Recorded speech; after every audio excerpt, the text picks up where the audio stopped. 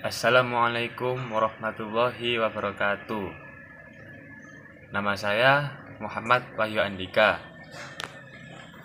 Jadi di sini kami dari kelompok 1 akan mempresentasikan tentang sejarah, kedudukan, dan fungsi bahasa Indonesia.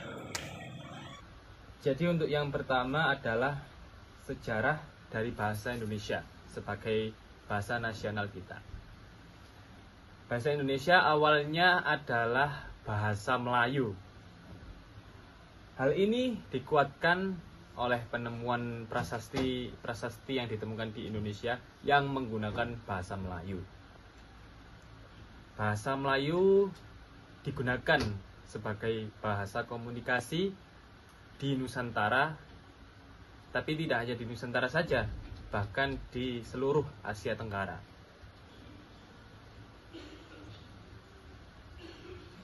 Bahasa Melayu pun mulai menyerap kosakata dari bermacam bahasa di berbagai negara, seperti Persia, Sanskerta, Arab, hingga bahasa di negara-negara Eropa. Kemudian muncullah bermacam variasi dan dialek bahasa Melayu. Hal inilah yang mendorong tumbuhnya persaudaraan serta persatuan bangsa Indonesia. Rasa persaudaraan dan persatuan ini lalu menjadi inspirasi bagi para pemuda Indonesia yang kemudian menggelar rapat pemuda pada tahun 1928. Peristiwa itu selanjutnya membuat perkembangan pesat bahasa Indonesia. Nama saya Muhammad Abil Hawari, nomor NIM saya 240601110096. Jadi saya akan melanjutkan keterangan dari Mas Andika tentang sejarah bahasa Indonesia sebagai bahasa nasional. Kemudian muncullah bermacam variasi dan dialek bahasa Melayu. Hal ini yang mendorong tumbuhnya rasa persaudaraan serta persatuan bangsa Indonesia. Rasa persaudaraan dan persatuan ini lalu menjadi inspirasi bagi para pemuda Indonesia yang kemudian menggelar rapat pemuda pada tahun 1928 yang disebut dengan Sumpah Pemuda. Peristiwa itu selanjutnya membuat perkembangan bahasa Indonesia dengan pesat. Halo, selamat pagi. Perkenalkan, nama aku Meutia Halifatulisa. Di sini aku mau menjelaskan kedudukan bahasa Indonesia. Pada tanggal 25 hingga 28 Februari tahun 1975, dalam perumusan seminar politik Bahasa Indonesia di Jakarta, menghasilkan suatu keputusan bahwa kedudukan bahasa Indonesia sebagai bahasa. Perkenalkan, saya Tia Dusanti dari kelompok 1. Di sini saya akan menjelaskan tentang fungsi bahasa Indonesia sebagai bahasa nasional. Fungsi bahasa Indonesia yang pertama yaitu sebagai identitas nasional, yang artinya adalah adanya penghargaan terhadap bahasa Indonesia selain dari bendera ataupun lambang negara. Dalam fungsinya yang satu ini, bahasa Indonesia tentulah harus mempunyai identitas sendiri sehingga serasi dengan lambang kebangsaan.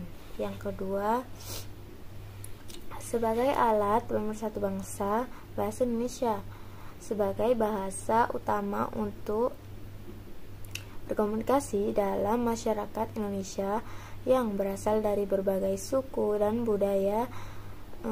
Ini secara tidak langsung telah menjadi pemersatu bangsa Indonesia tanpa harus menghilangkan keidentitas kesukuan serta kesetiaan terhadap nilai-nilai sosial budaya dan latar belakang dari bahasa daerah itu sendiri. Yang ketiga, itu sebagai lambang kebanggaan bangsa Indonesia. Sebagai lambang kebanggaan bangsa Indonesia,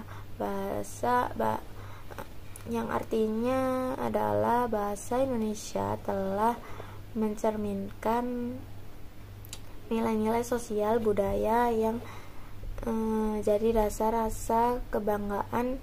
Atas dasar kebanggaan ini, maka bahasa Indonesia harus selalu dijaga, dipelihara, dan dikembangkan, serta rasa kebanggaan penggunanya harus senantiasa dibina. Yang keempat, sebagai alat penghubung antar warga, antar budaya, dan antar daerah.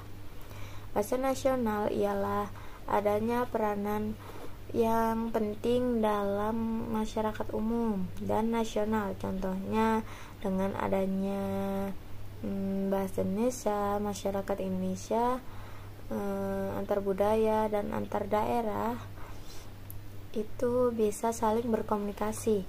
Itu saja presentasi dari kelompok kami. Apabila ada kurangnya atau kesalahan kata yang kami ucapkan, kami mohon maaf yang sebesar-besarnya. Wassalamualaikum warahmatullahi wabarakatuh.